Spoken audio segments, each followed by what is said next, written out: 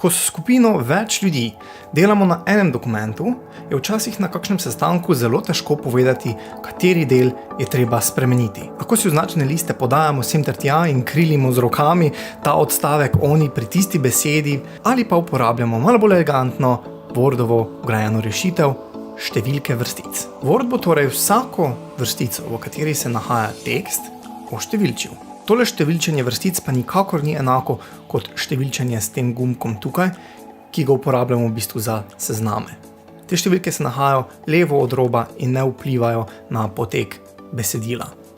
Tukaj imamo pa še en malo drugačen prikaz tega številčenja, ker imamo v bistvu določen korak in določeno začetno število našega številčenja. Zdaj, to številčenje se ne uporablja samo pri sodelovanju z več osebami, ampak tudi pri recimo kakšnih pravnih dokumentih, kjer je to potrebno. Pa si kar odprimo našo datoteko številčenja vrstic, lahko pa uporabite tudi kakršnokoli svojo datoteko. Za vstavljanje številk vrstic se nam ni potrebno nikamor posebej postaviti, torej kjerkoli smo, je v redu. Postavimo se torej na zavihek postavitev in v skupini priprava strani imamo gumb številke vrstic. Kliknimo nanj in prikaže se nam spustni seznam z različnimi možnostmi. Dajmo najprej izbrati možnost neprekinjeno. Vsaka vrstica v našem dokumentu bo oštevilčena in to oštevilčevanje se bo nadaljevalo tudi na naslednje strani. Kot vidimo, med naslovom in pa med navadnim besedilom je vstavljen nek razmak, ki pa ga seveda Word ne oštevilči. Zdaj, če bi tale razmak delali s pritiskom na gumb Enter, bi nam tudi tole vrstico oštevilčilo.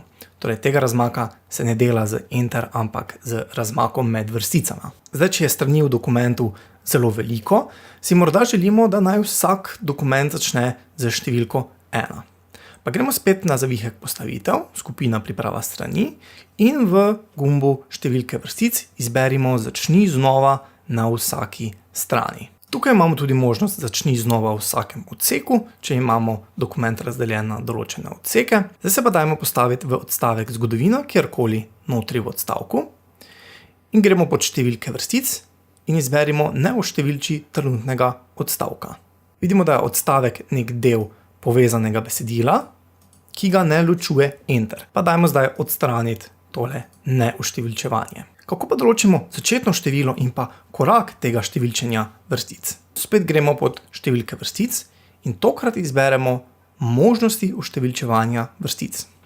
Odpre se nam pogovorno okno za pripravo strani in tukaj bomo kliknili gumb številke vrstic. V prvi vrsti moramo imeti označeno, da naj bodo vrstice sploh oštevilčene, nato pa lahko izberemo začetno številko. Pa napišemo v okno 100. Drugo polje od besedila nam pove v bistvu, kako daleč od roba besedila naj se te številke pojavljajo. Pa pustimo kar na samodejno.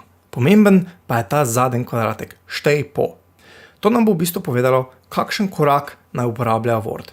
Trenutno je nastavljen na 1. Če tako pustimo, bomo dobili najprej 100, 101, 102, 103 in tako dalje. Mi pa morda ne želimo, da se čisto vsaka vrstica označi, ker je to zelo dosti za gledati. Želimo, da se od naj označi vsaka 10. vrstica. Zato napišemo 10. Trenutno imamo vklopljeno, da se naj oštevilčevanje začne ponovno z vsako novo stranjo, pa dajmo to prestaviti na zvezno, torej da se nadaljuje po straneh.